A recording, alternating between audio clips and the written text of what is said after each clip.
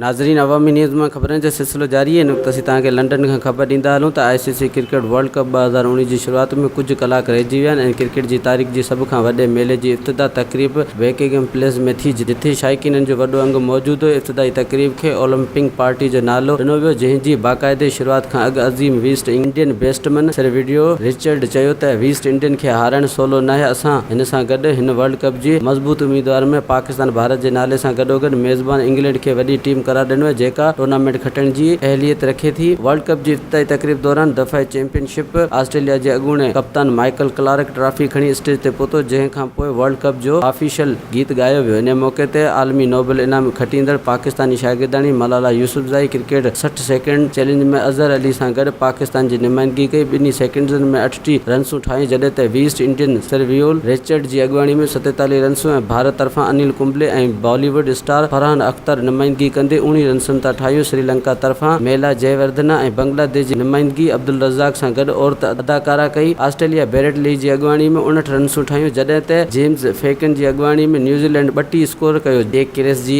क़यादत में ॾखण अफ्रीका 48 रन्सूं ऐं इंग्लैंड क्यूस्ट पेस्ट जी क़यादत में 74 स्कोर कयो। इंग्लैंड 60 सेकेंड चैलेंजिस में ऑस्ट्रेलिया खे पोइते छॾे कामयाबी हासिल कई। वधीक ख़बरनि ऐं तफ़सील लाइ विज़िट कयो अवामी news Facebook page, YouTube page ऐं अवामी न्यूज़ वेबसाइट।